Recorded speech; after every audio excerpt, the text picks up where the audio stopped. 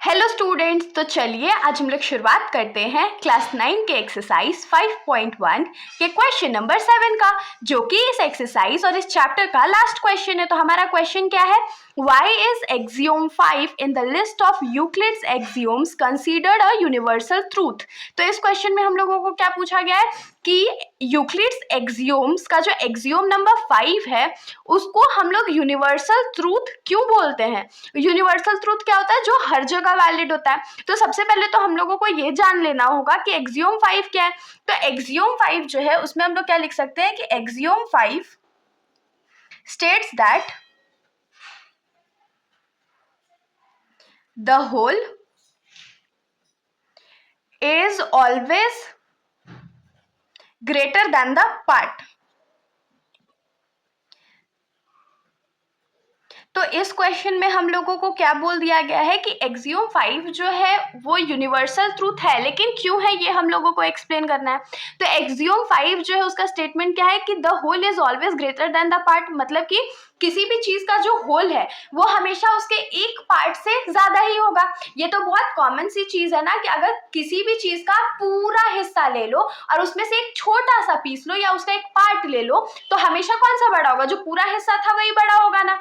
अब मान लीजिए इसमें से हम लोग ना दो एग्जाम्पल लेते हैं, जैसे कि मान लीजिए हम लोग एक एग्जाम्पल जनरल लाइफ से लेंगे और एक मैथमेटिक्स से लेंगे। तो जनरल लाइफ से आप लोग एग्जाम्पल हम लोग लेते हैं पिज्जा का, ठीक है। पिज्जा जो है वो सर्कुलर शेप का होता है ना, सर्कुलर शेप का, और उसके बाद उसका जो पीसेस है वो किस में बांटा जाता है? तो ट्रायंगुलर शेप्स में बांटा जाता है।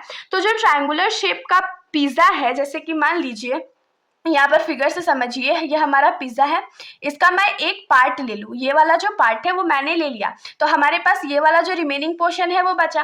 अब मैं अगर आपको बोलूँ कि ये जो पार्ट मैंने लिया वो होल से बड़ा है, पूरे पिज्जा से वो पार्ट बड़ा है, तो क्या ये ट्रू होगा? ऑफ कोर्स नॉट, ये तो ट्रू नहीं होने वाला है, क्योंकि ये तो पिज्जा का एक पार्ट था ना। अगर मैंने ये लिया है तो ये होल से मतलब कि पूरे पिज्जा से तो छोटा ही होने वाला है। तो जनरल लाइफ में तो ये वैलिड है। अब मैथमेटिक्स में भी हम लोग को देखना पड़ता है। तो चलिए एग्जाम्पल हम लोग अगर मैथ्स के हिसाब से ले तो हम लोग क्या एग्जाम्पल ले सकते हैं? मान लीजिए हम लोग लेते हैं एक नंबर 5 + 7, और 5 + 7 का वैल्यू क्या होने वाला है? तो 12 होने वाला है। अगर मैं यहाँ पर बोल दूं कि 5 जो है वो 12 से बड़ा है, तो क्या ये मैं करेक्ट बोलूंगी? ऑफ कोर्स नहीं बोलूंगी, ये रॉन्ग हो जाएगा ना। तो यहाँ पर हम लोग क्या बोल सकते हैं कि 5 जो है और 7 जो है वो 12 का एक पार्ट है ना। तो हमेशा यहाँ से हम लोग को क्या पता चलेगा कि पार्ट जो है वो होल से छोटा होता है। तो हम लोग यहाँ क्या लिखेंगे कि 12 is the sum of 5 and 7। तो सबसे पहले तो हम लोग यही डिक्लेयर करते हैं कि 12 जो है वो 5 और 7 का एक पार्ट है। सो 5 and 7 will always remain smaller than 12। तो यहाँ पर से हम लोग को क्या पता चला कि 5 और 7 जो है वो 12 का एक पार्ट है, इसीलिए वो हमेशा 12 से छोटा रहेगा। क्योंकि अगर 5 + 7 12 होता है और 7 अगर 12 से बड़ा हो जाता तब तो हमारे पास ये जो यूनिवर्सल ट्रूथ है वो तो रॉन्ग हो जाता। तो यहाँ पर से तो हम लोग प्रूव कर सकते हैं ना कि ये जो यूनिवर्सल ट्रूथ है कि जो होल होता है वो हमेशा पार्ट से ग्रेटर होता है, वो बहुत ज्यादा करेक्ट है। तो इसमें से हम लोग क्या लिख सकते हैं? Therefore axiom 5 is considered a universal truth because it is valid in general life।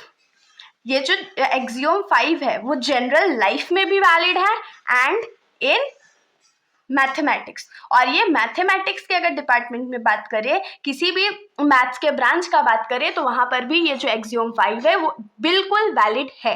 तो यहाँ से हम लोग क्या बोल सकते हैं कि एक्सियोम 5 जो है मतलब कि the whole is always greater than the part जो है वो हमेशा के लिए एक यूनिवर्सल ट्रूथ रहने वाला है। होप सो आप लोगों को समझ में आया होगा। अगर आप लोगों को वीडियो अच्छी लगी, सॉल्यूशन समझ में आया, तो वीडियो को लाइक कर दीजिएगा और मेरे चैनल को बिना सब्सक्राइब किए कहीं मत जाइएगा। Thank you.